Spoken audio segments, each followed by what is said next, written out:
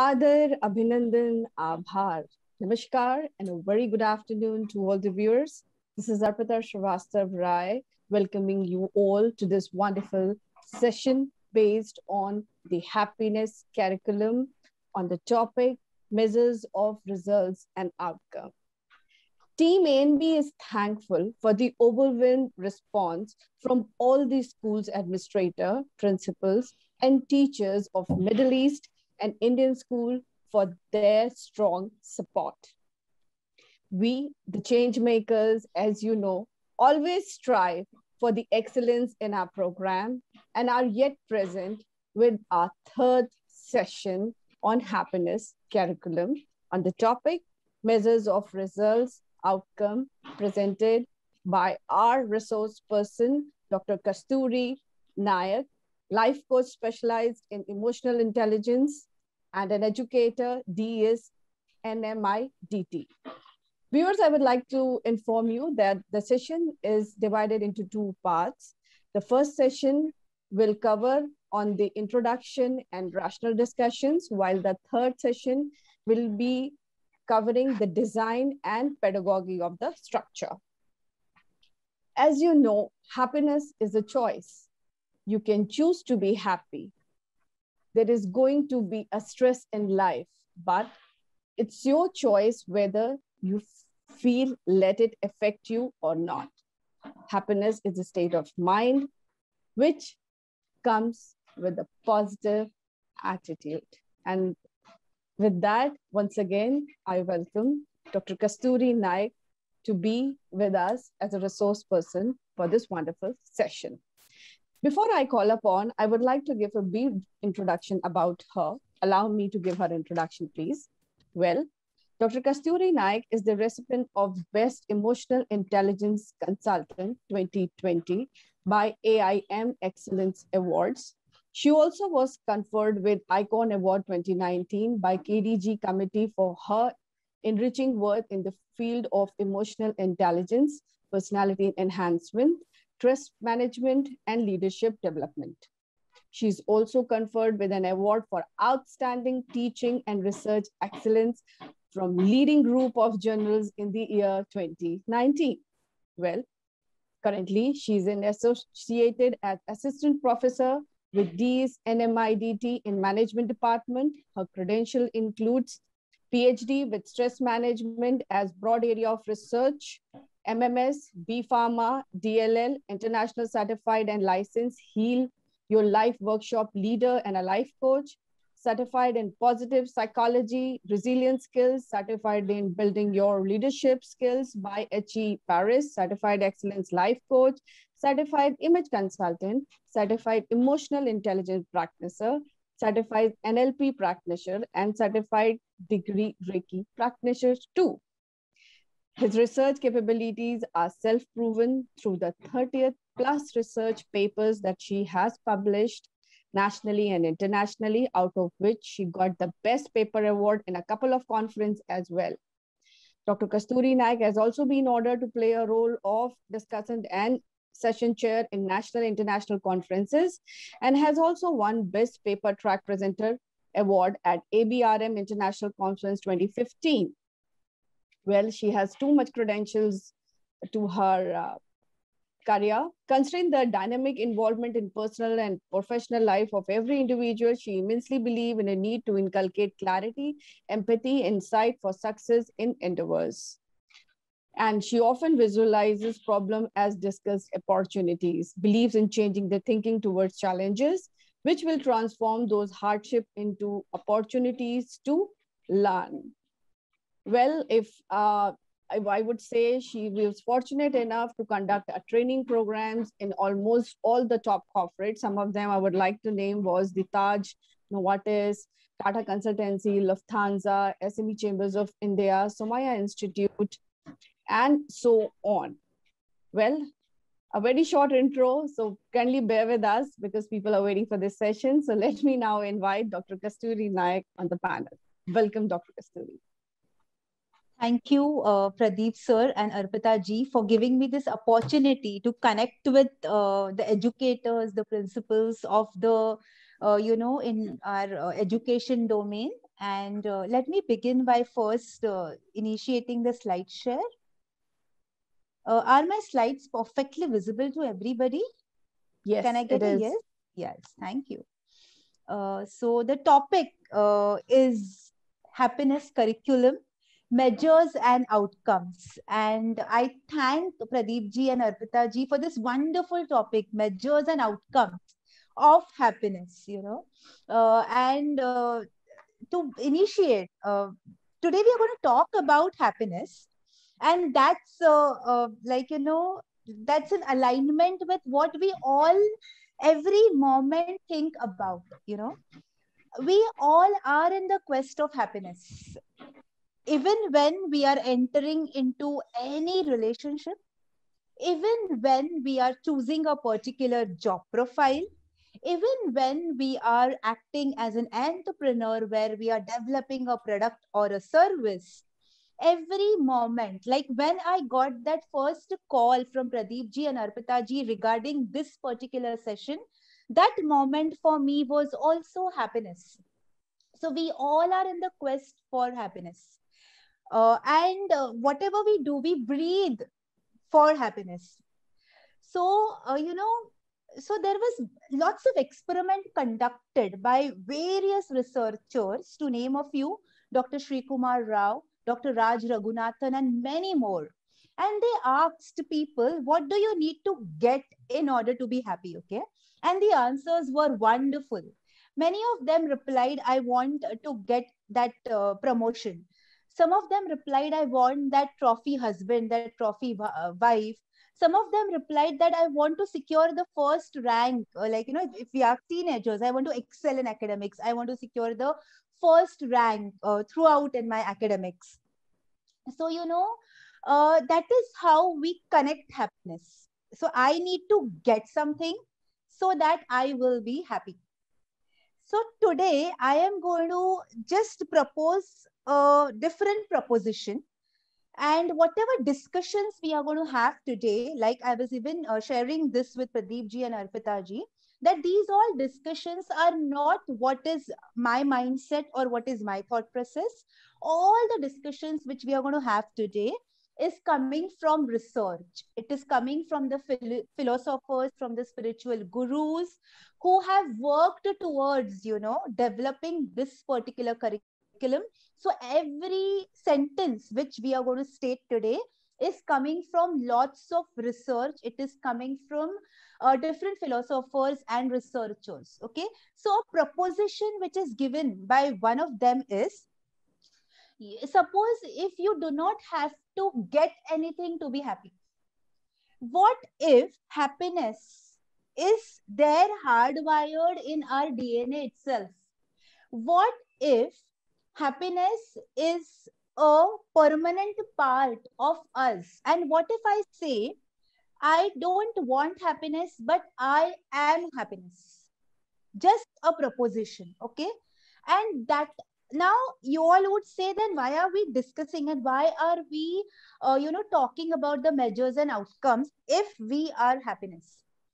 But the real result and outcome of this happiness curriculum, if we go to see, is developing and discussing and reflecting on such propositions. And if we in depth study this curriculum, at the end, in one sentence, this curriculum can be summarized as reflecting and developing a mental model, or explaining our own thought process, our own belief systems, and our own emotions in such a manner that we understand that happiness, we are happiness. So that is what is the crux of this happiness curriculum. So we don't have to get something, because whatever we get, and if we attach our happiness to that, that is going to be unget also. Like if I say a big fat salary package is what will give me happiness, that is not going to be permanent, and then my actions will not happen in that direction. So this happiness curriculum, the entire curriculum is talking about developing a mental model, that is a thought process in our mind, discussing about this mental model. Just to go a little further, while I was researching on this happiness curriculum, I came across this wonderful analogy which I would like to share with each one of you. In this analogy, they have said that suppose our students are compared, the life of our students is compared to this egg. Okay.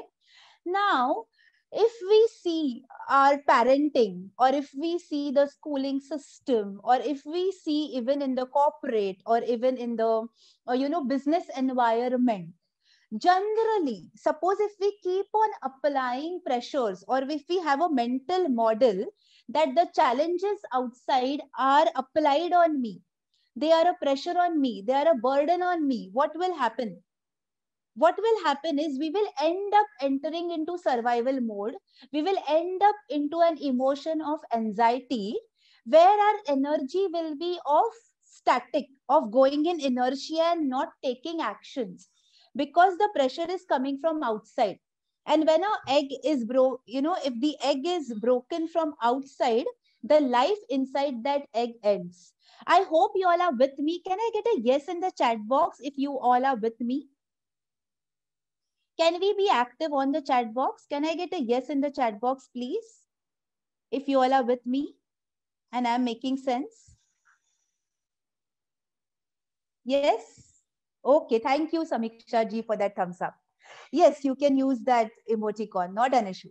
So now happiness curriculum is an attempt, okay? It's an attempt wherein this pressure which is happening from outside, the educators, the developers of this curriculum are trying to make a student, a parent understand that what if the students are taught the art of, and the students also learn the art of taking those challenges as a choice, taking, like an egg, for an egg to survive, the egg need to apply whatever is inside the egg, need to apply the pressure from inside.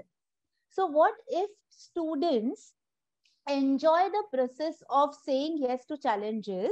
What if students have a mental mode that I am not attaching myself to what I am getting, but I am attaching myself of being in the process, of doing it and enjoying the process and reaching where I want to reach, irrespective of the outcome, whether I get it or not. Like now, Atmanirbhar Bharat has come up with those failure series. So, what if I am okay sometimes if I get a failure and sometimes if I get a success? How still I move ahead and thrive in life? That is what is this entire curriculum talking about, the happiness curriculum. It is talking about initiating the journey of self-awareness and self-reflection within our young minds, so that they start thriving, so that they understand what is true success, and they evolve in life. They develop a mental model of evolving in life. So my credentials are already shared by Arpita ji. I won't go in details of that. But yes, this particular session is my dream session, okay? Because I always believe that as educators, as somebody who is associated with an education industry, we are all mental health engineers. As teachers, we are mental health engineers.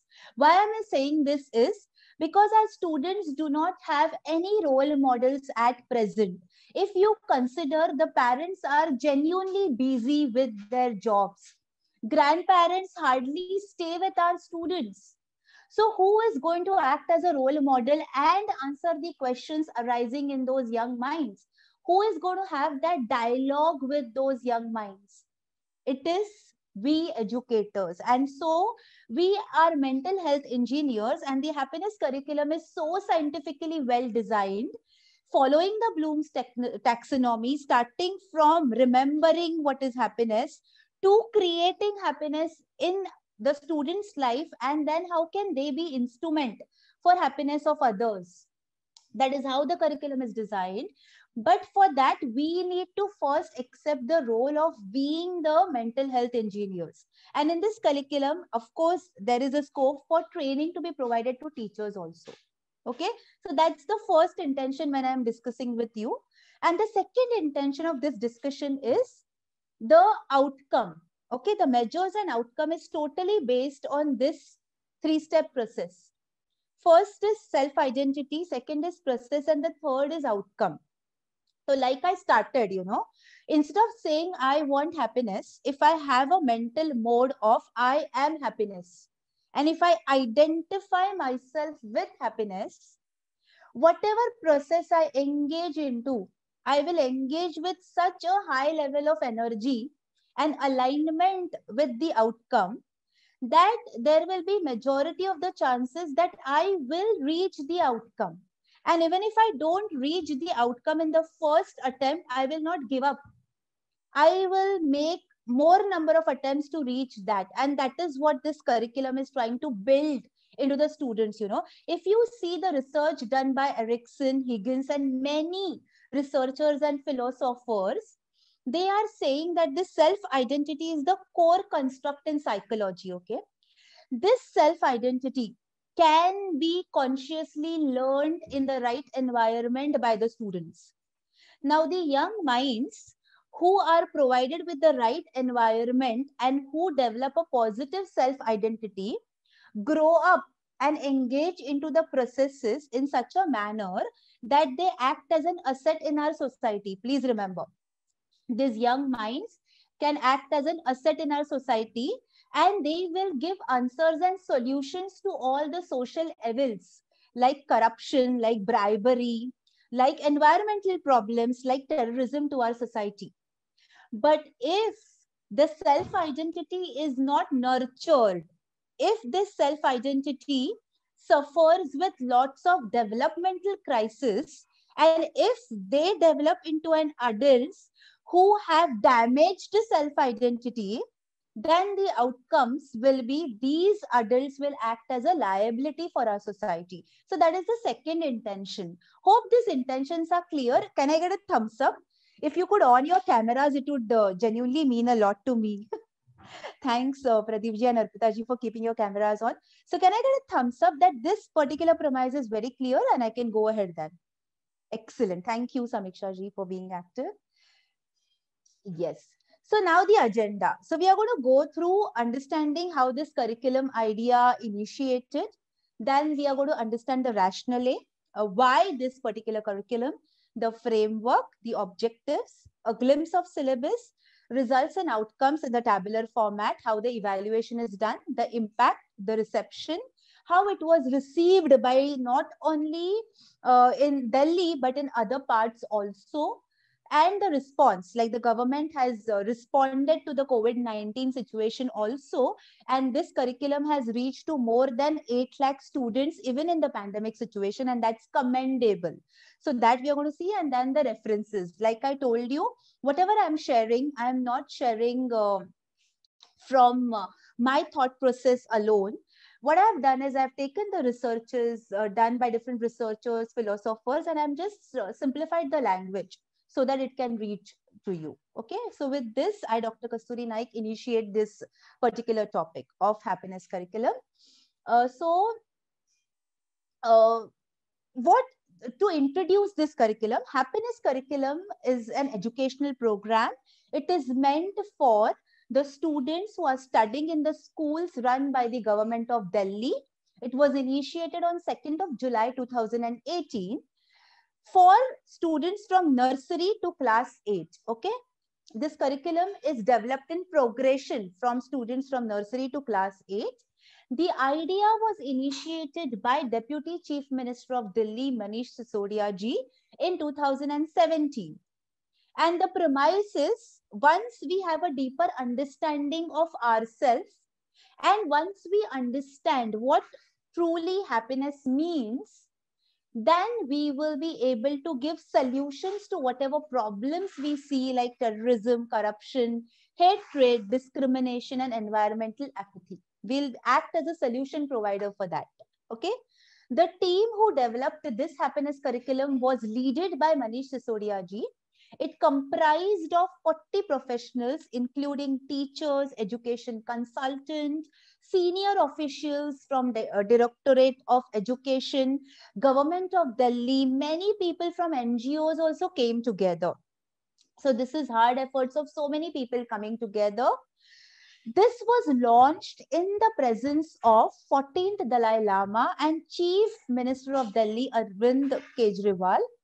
Now see, this particular curriculum, while the launching, Dalai Lama, 14th Dalai Lama, he also mentioned that India, okay, India and the people within India can only come up with merging modern education with our Asian teachings so that we develop a truly humane society, a society where focus is not only on development of technical skills like mathematics, science, but along with technical skills, we are combining that with values of trust, of respect, of excellence. So that is what he mentioned during the launch of this curriculum.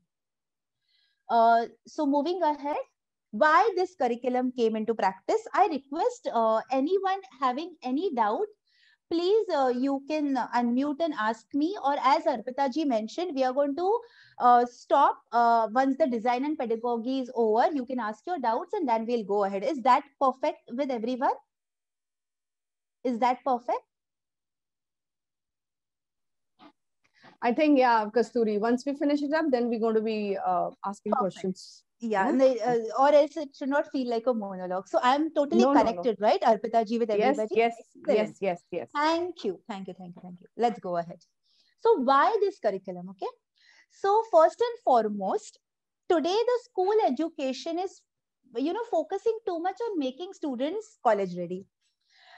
Now, when we go to higher education, our focus is on making students industry ready. So when will we make students life ready?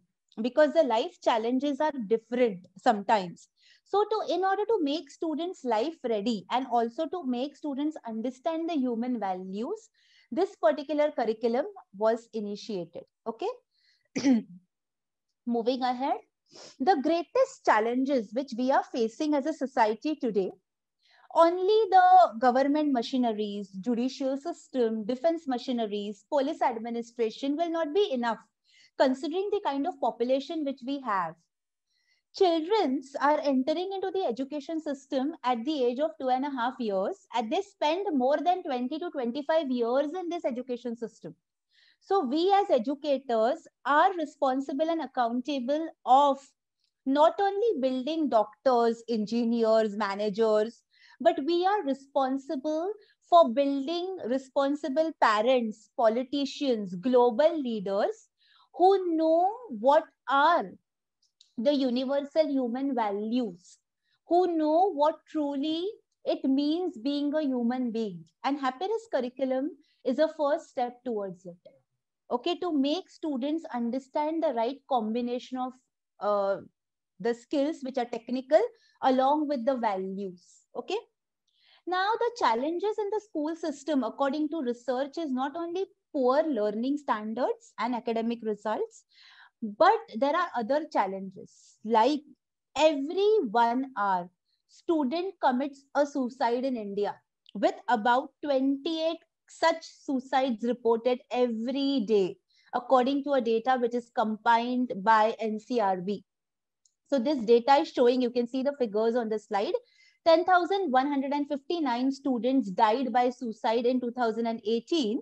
It was an increase in the number as compared to 2017 and 2016.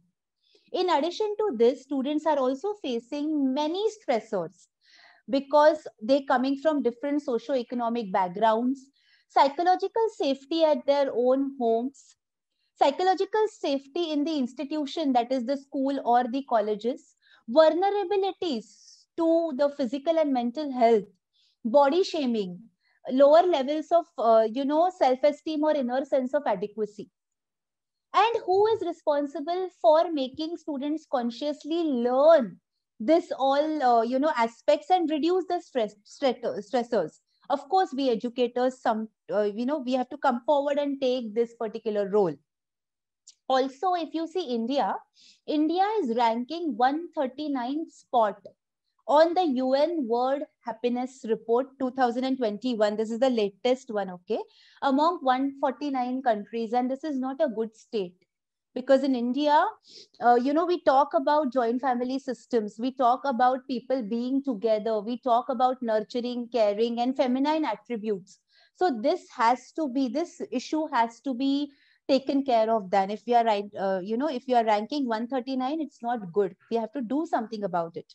And so, like I mentioned before, in schools, along with the development of our cognition, language, mathematical skills, we have to combine that with, co-scholastic skills also, which is connected to self-reflection, inner stability, self-regulation, mental agility, so on and so forth, so that we create responsible digital global citizens in the future. Yeah. Now, if you see percentage wise, the stress rate, like 74% of Indians are suffering from stress. 88% are suffering from anxiety. And what is anxiety? Anxiety is an emotion. Suppose if I have to do a particular work and I am not able to complete it, because I am into anxiety. Anxiety is an emotion where I go in inertia. I become static. I don't take any action to complete that particular work. If anxiety is not tackled at the right time, it can lead to depression. Okay? If anxiety is not tackled into right time, it can lead to depression. So who is responsible for these all things? We educators.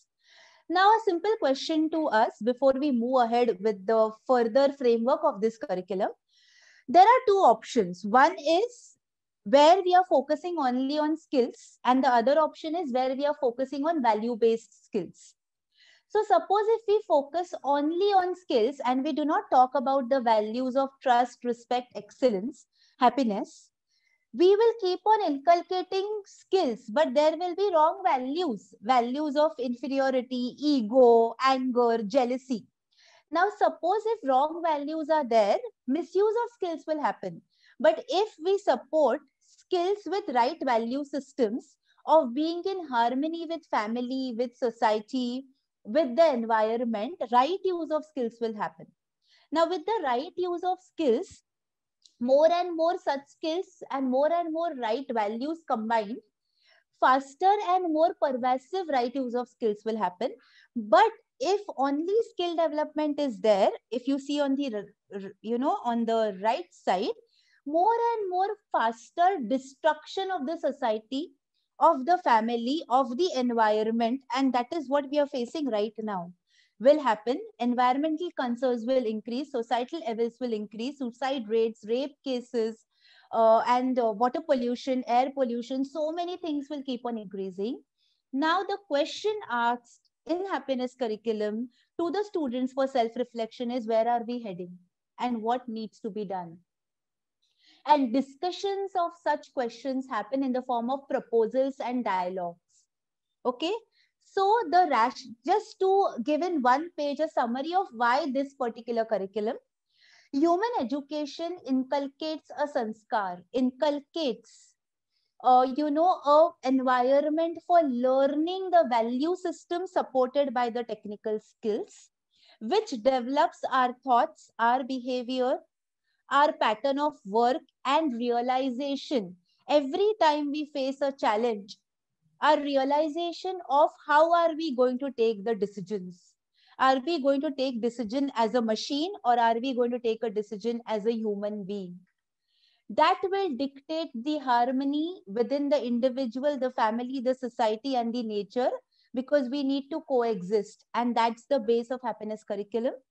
That will truly develop the human values, that will develop our conduct, which is guided by these values, and that will make us truly a society which is not comprising only of human beings.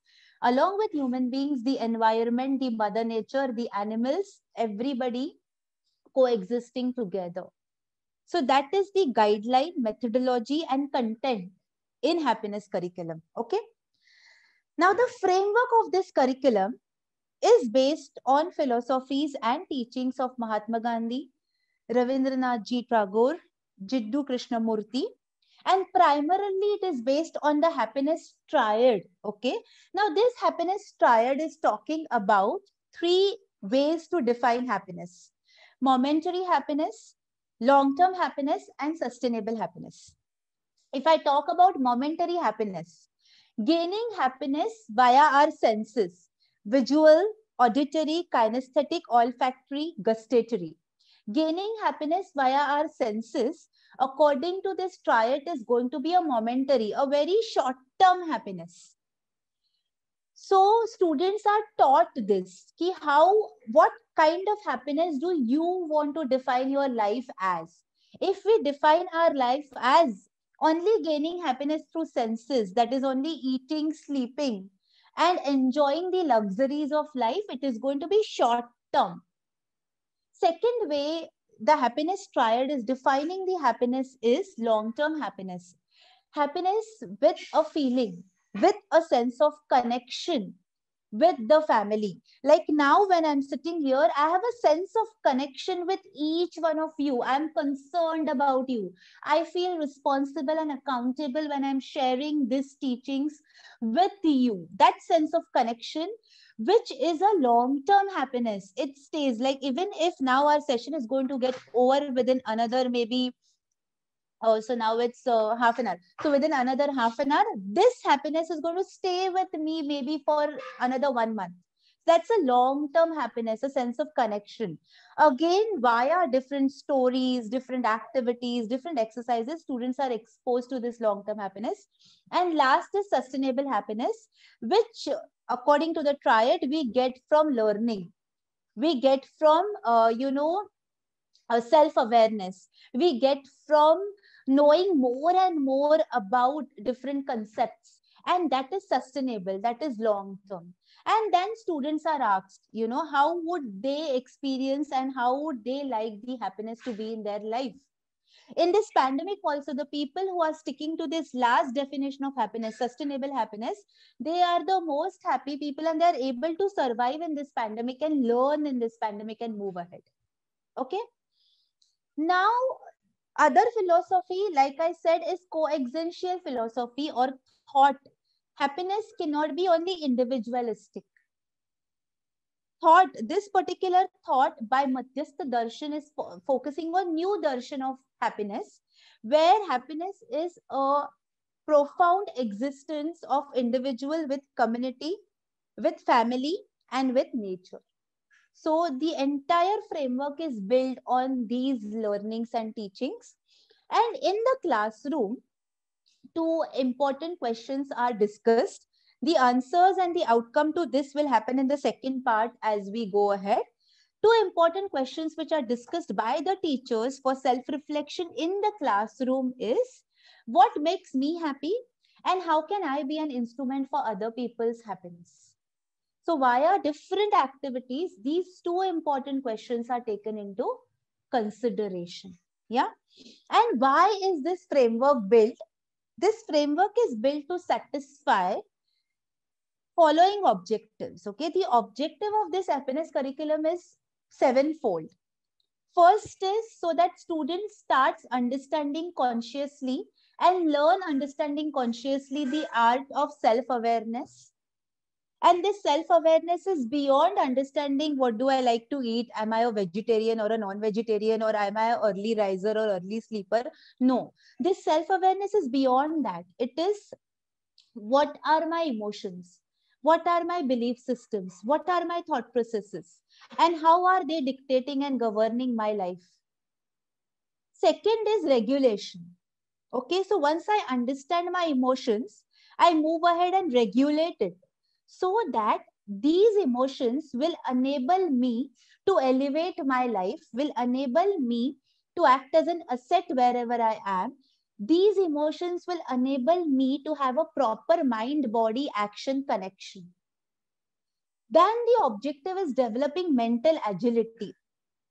Mental agility is critical thinking, understanding the viewpoints of myself as well as others, respecting the viewpoints of myself as well as others, even if they are opposing my thought process, how to not get agitated by different view, because this mental agility, the focus of happiness curriculum, while they talk about critical thinking and mental agility, is to to take into consideration the diversity, discrimination, and inclusion, so that the students learn how to respect different cultures, different value systems, different tradition. That's the third very important objective of this curriculum. The fourth objective is to build optimism in students. What is optimism? Optimism is how do I define my past and my future? Okay.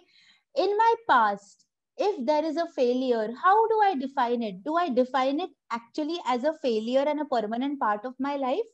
Or do I define that failure just happening at that moment, me learning from it and moving ahead? Okay. So that is about optimism. And how do I define my future?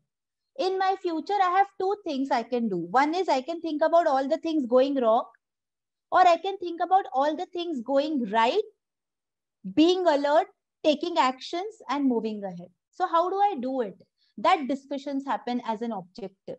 Another important objective is developing self-efficacy, or developing developing strength or resourcefulness within an individual, so that I do not take any wrong decisions, any decisions which will be unethical, which will not fall into the moral campus.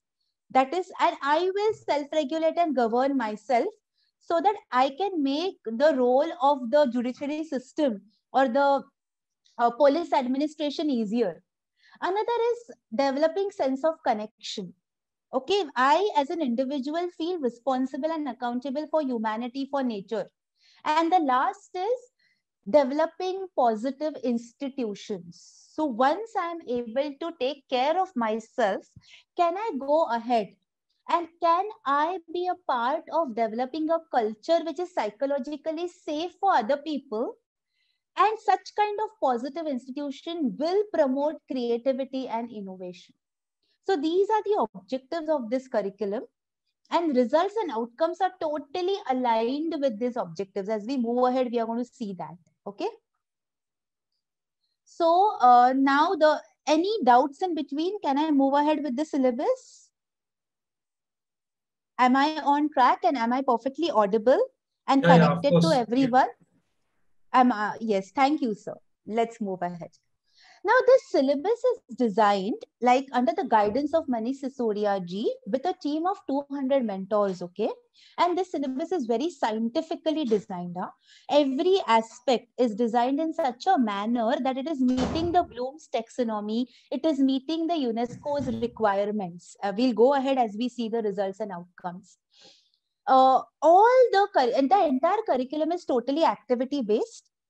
And the focus is here not on the quantitative assessment, because happiness is a subjective term. It's not an objective term.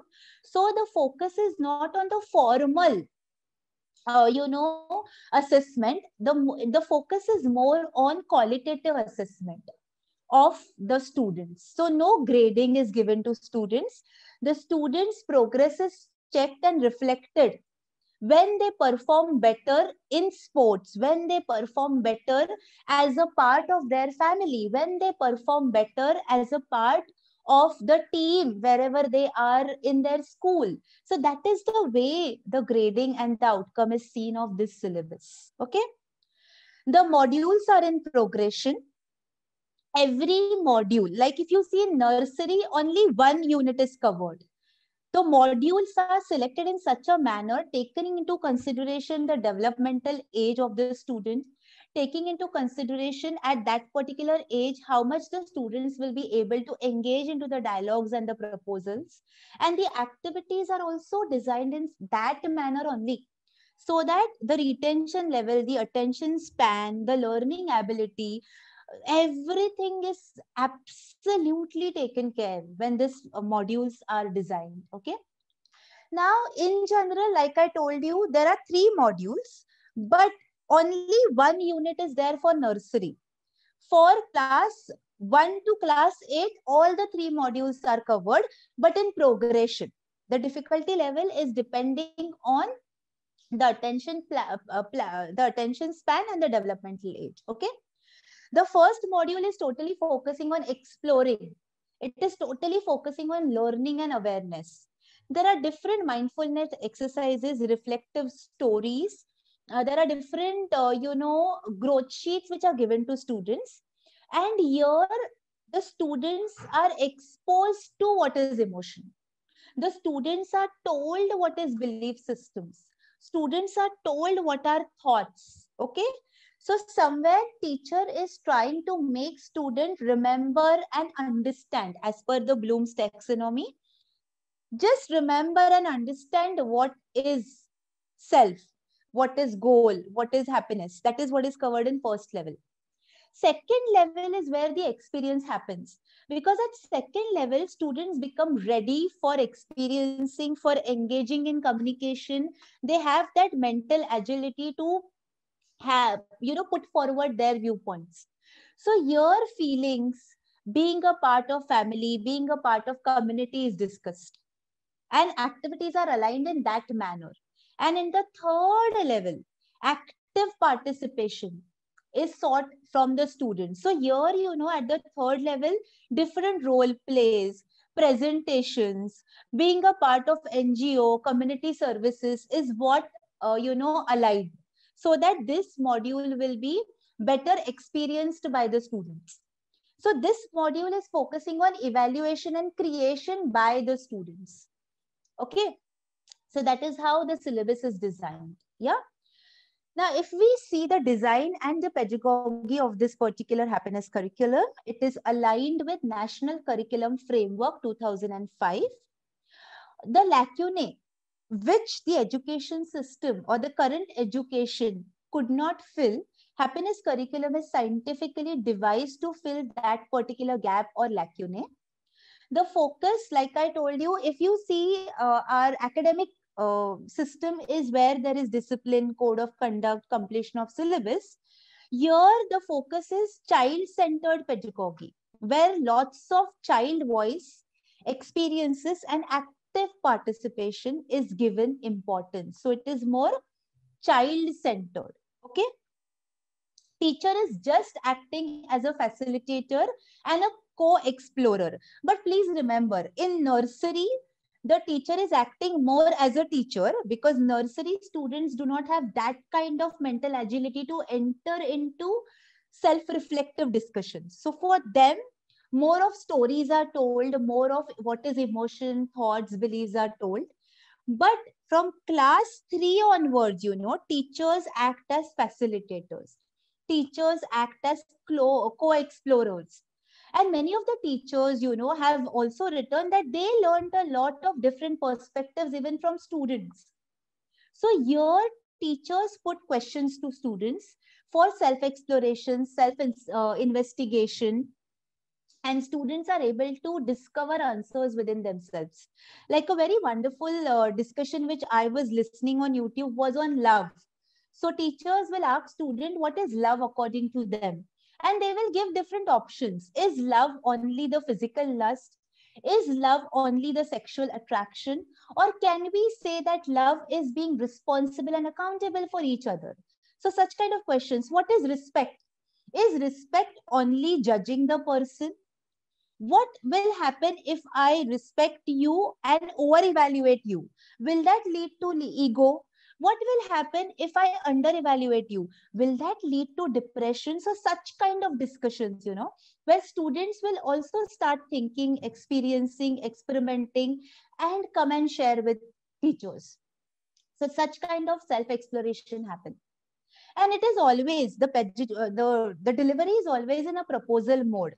Students are not given any answers, only questions and dialogues. Okay. And there is no time limit that students need to answer today itself. Students can come and discuss any point, any time with the teachers.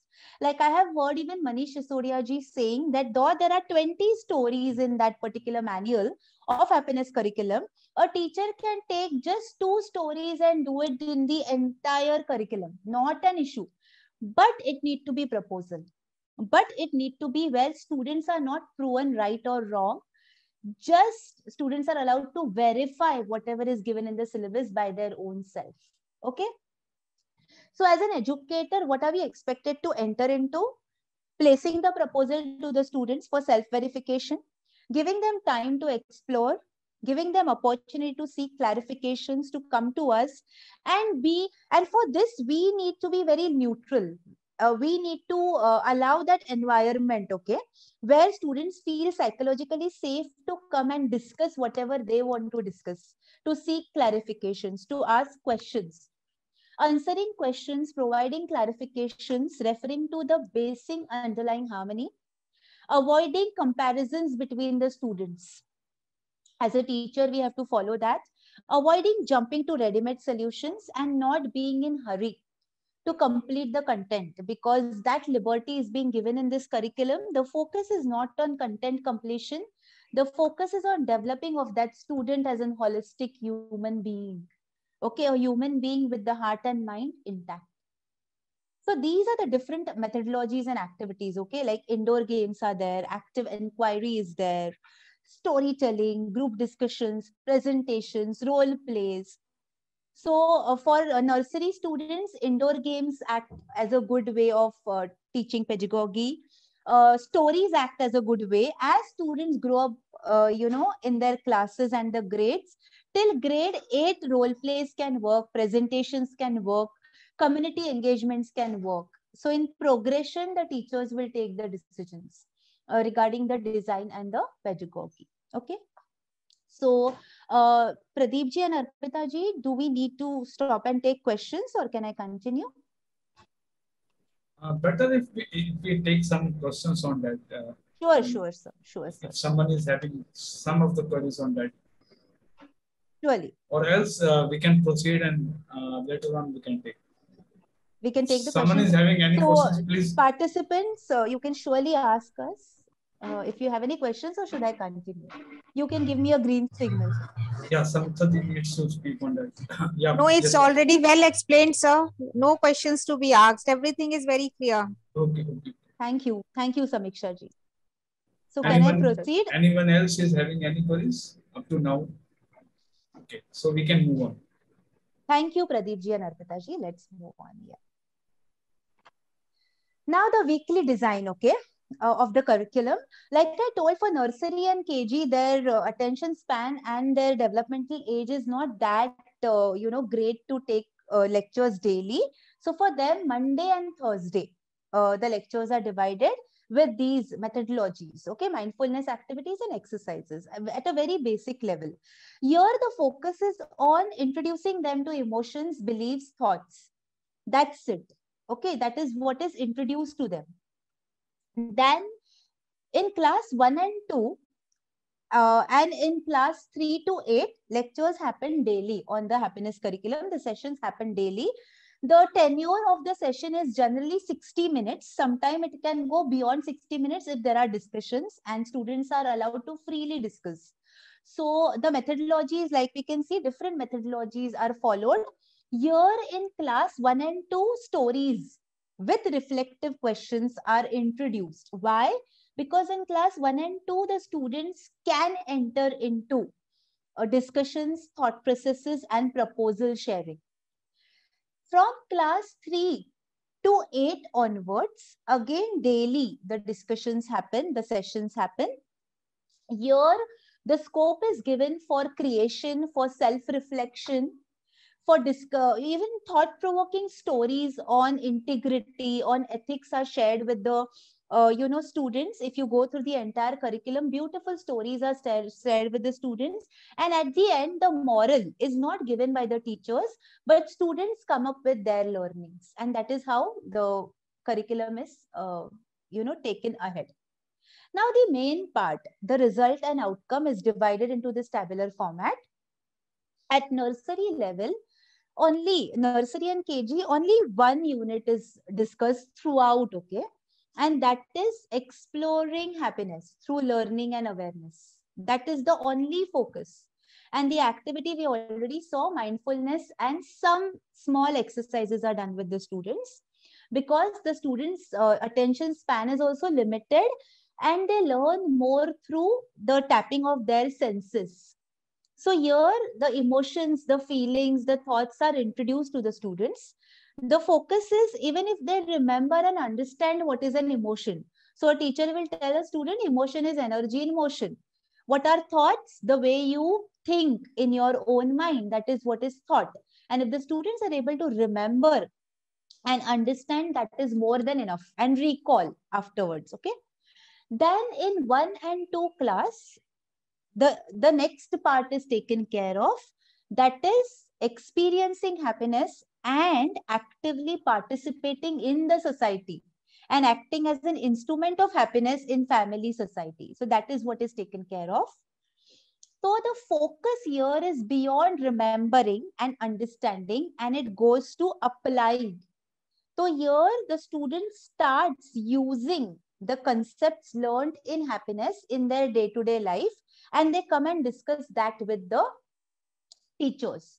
So they come and discuss whatever happened in their family. They come and discuss what they did for their grandparents and how they felt truly the sense of satisfaction. They come and discuss what is gratitude. They come and discuss what is, what is trust with teachers. And why can they come and discuss? Because they are applying it now. Now this goes beyond in class 3 to 5. This goes beyond applying. If you see in the last column of Bloom's taxonomy, it goes beyond applying to analyzing. So they have reached a phase where now they are more expressive. Now they are more ready to share their disabling emotions and have that discussions with the teachers. So here they are ready to draw connections.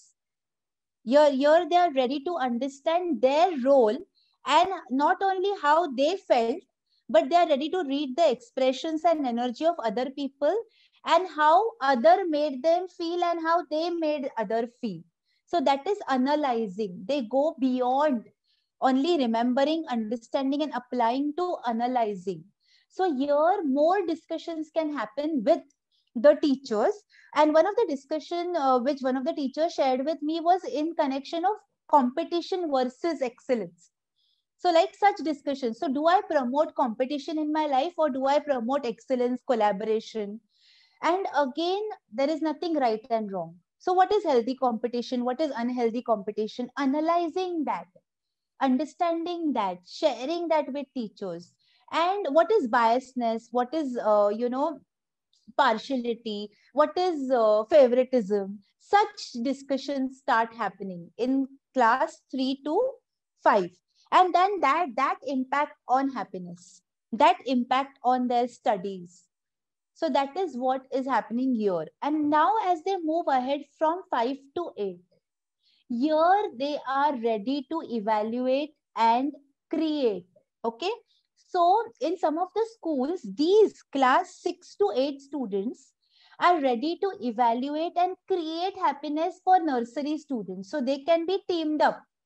Okay, activities can be, decided in such a manner that these students act as mentors for the class nursery or first standard students, and then they create happiness for them. They evaluate their expressions, their emotions, and gain pleasure, which is a sustainable pleasure. Okay, gain pleasure by teaching them, by learning of whatever they have learned from nursery to 6th. Can now I experience it by giving to others? Okay, and then that is the way it is taken ahead. So from remembering and understanding, slowly and steadily to applying, to analyzing, to evaluating and creating. And everything is done by means of experiences. Okay, nothing is done by writing or formal assessment. Yeah.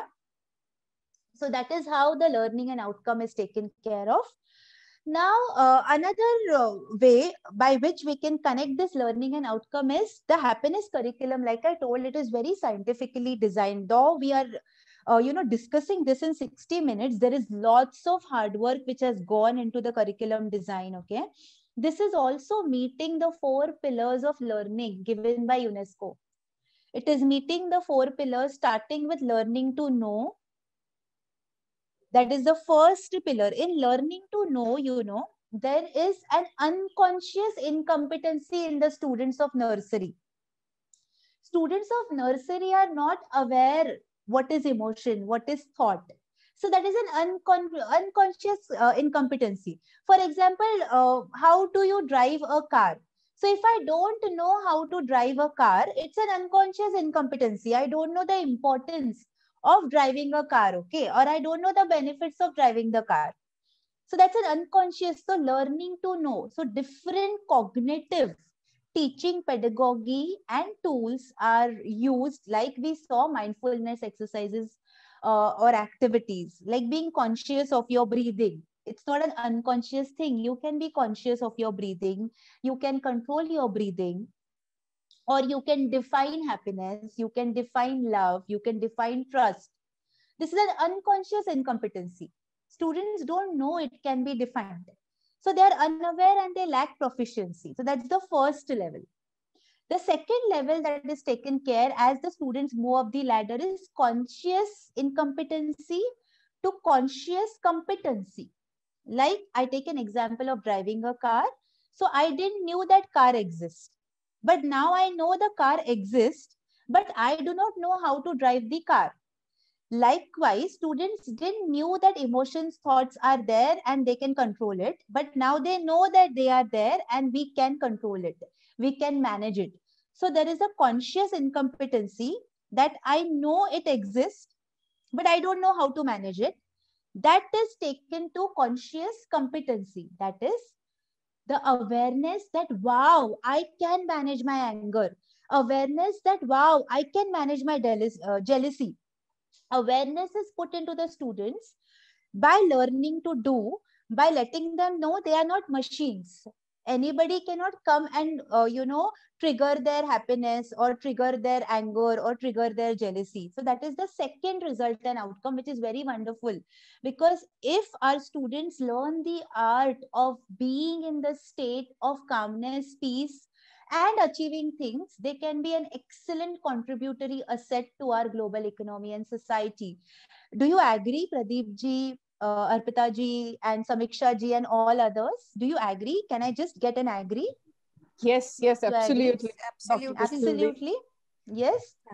Yeah. So, so now I know that I can manage it, I can control it. So conscious incompetency to conscious competency, I am able to do it. Okay. That the third pillar is learning to be.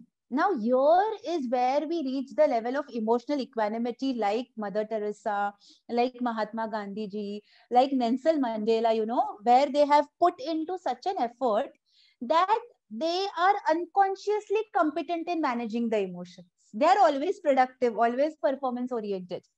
And performing that skill becomes automatic. Like, initially when we shift from conscious incompetency to conscious competency, I don't know how to drive the car, but I want to learn and I learn it. But then I have to concentrate on driving the car. I cannot listen to music. I cannot talk with anybody when I'm driving the car.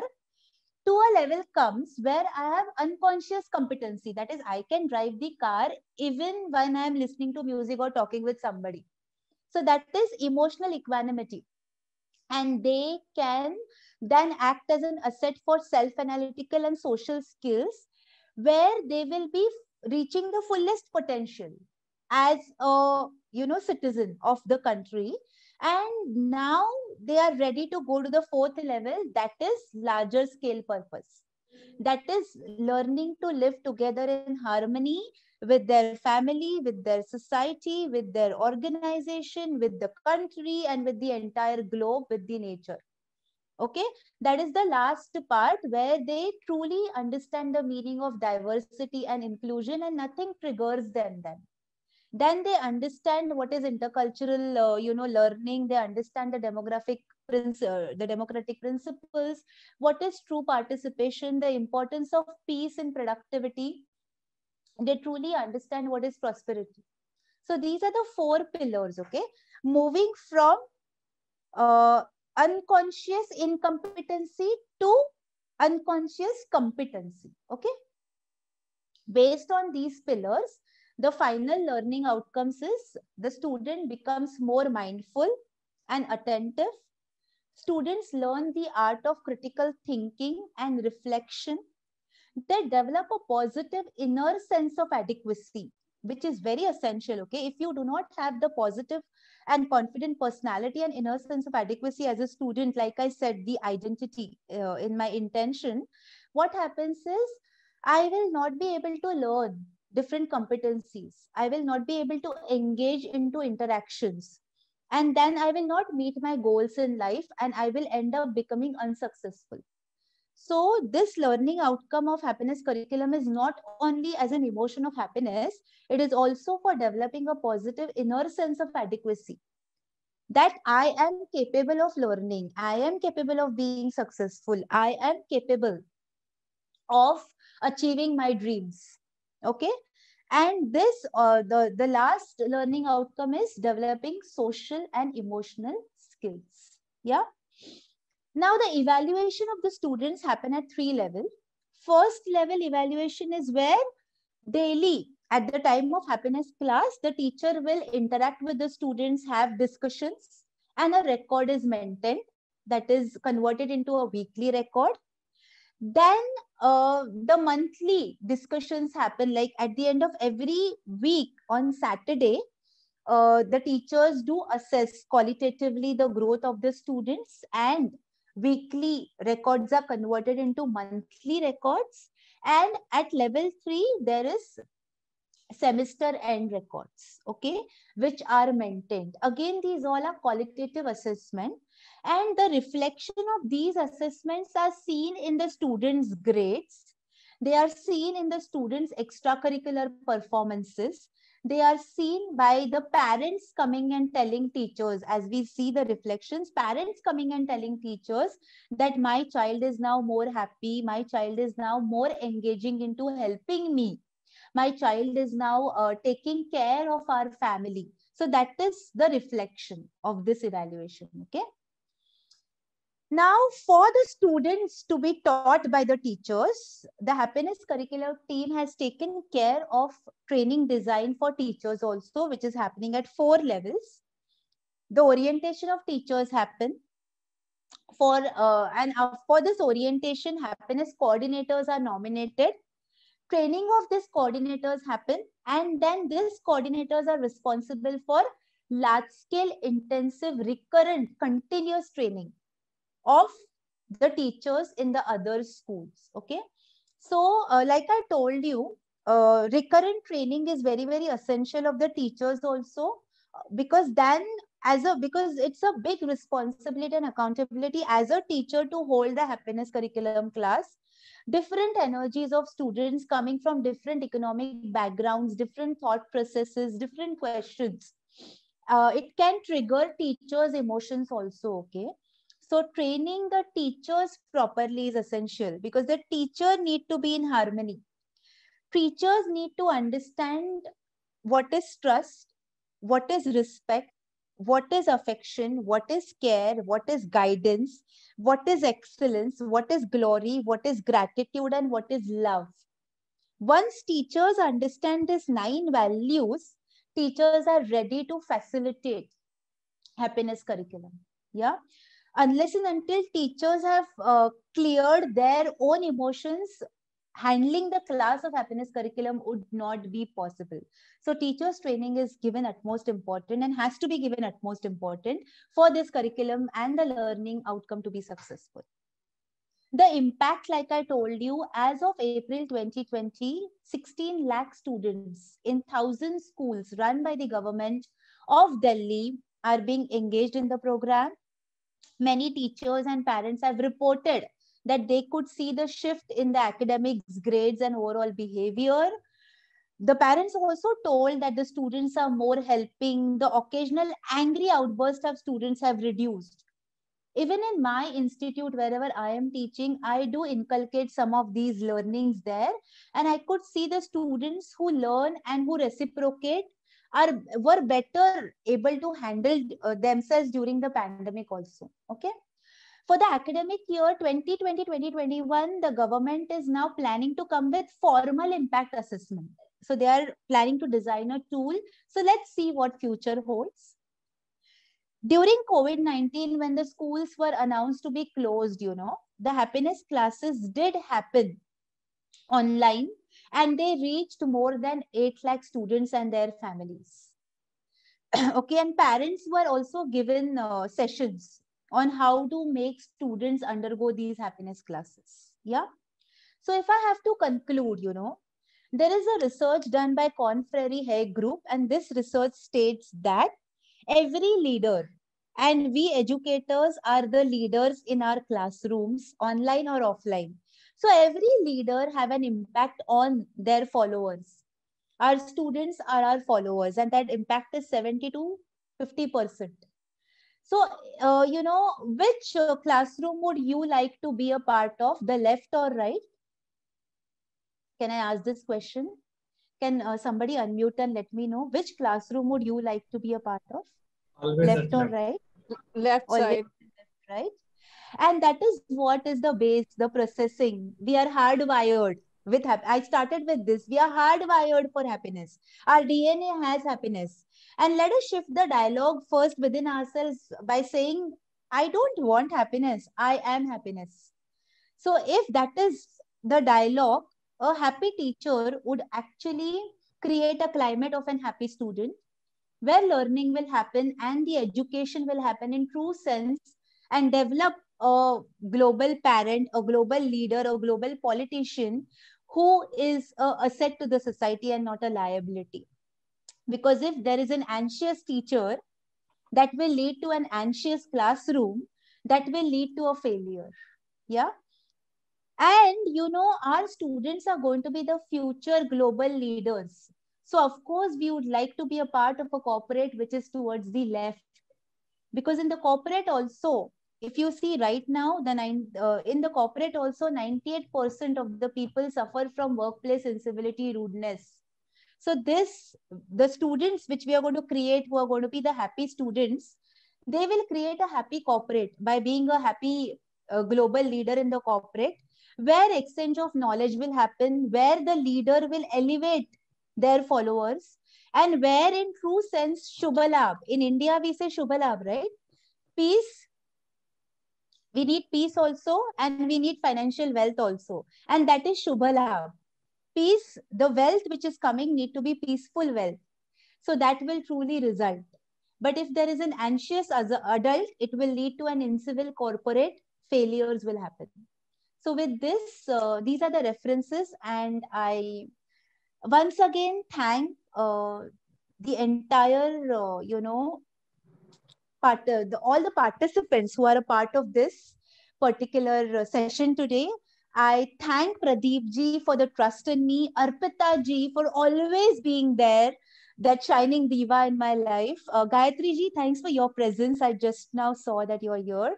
And I thank even my institute, my director, sir, associate director, my director, Dr. Samadhan Khamkar, sir, my associate director, Dr. Rasika Mali, and all the colleagues and everybody for being here and listening patiently and giving me this platform. Yes, so I'm done. Any questions? Thanks, Dr. Kasturi. It was beautifully explained. You know, I'm really, really thankful, and I'm sure you really did justice with your presentation. And I hope all the people present here adhere to my statements. And as she said that happiness is a mental state of well-being, characterized by positive emotions ranging from attainment to intense joy and a good fortune.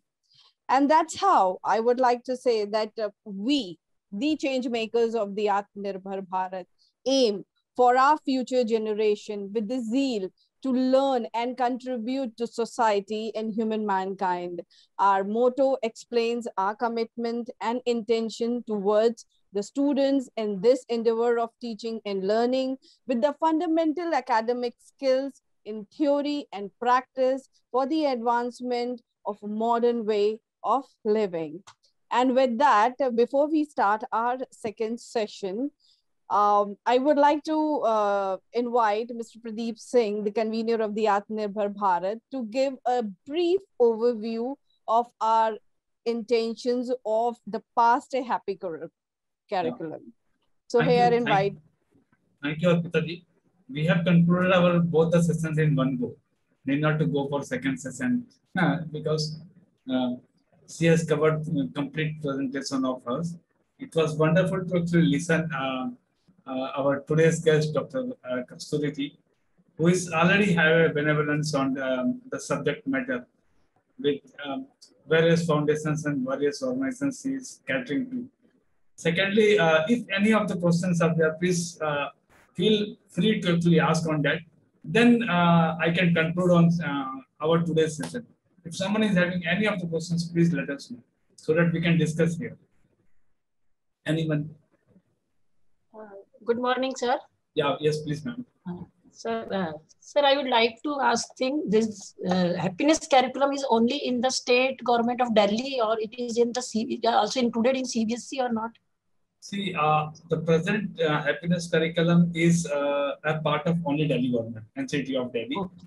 Of course, schools can enable this happiness curriculum at their own level. Of course, CBSE has not given such guidelines on that.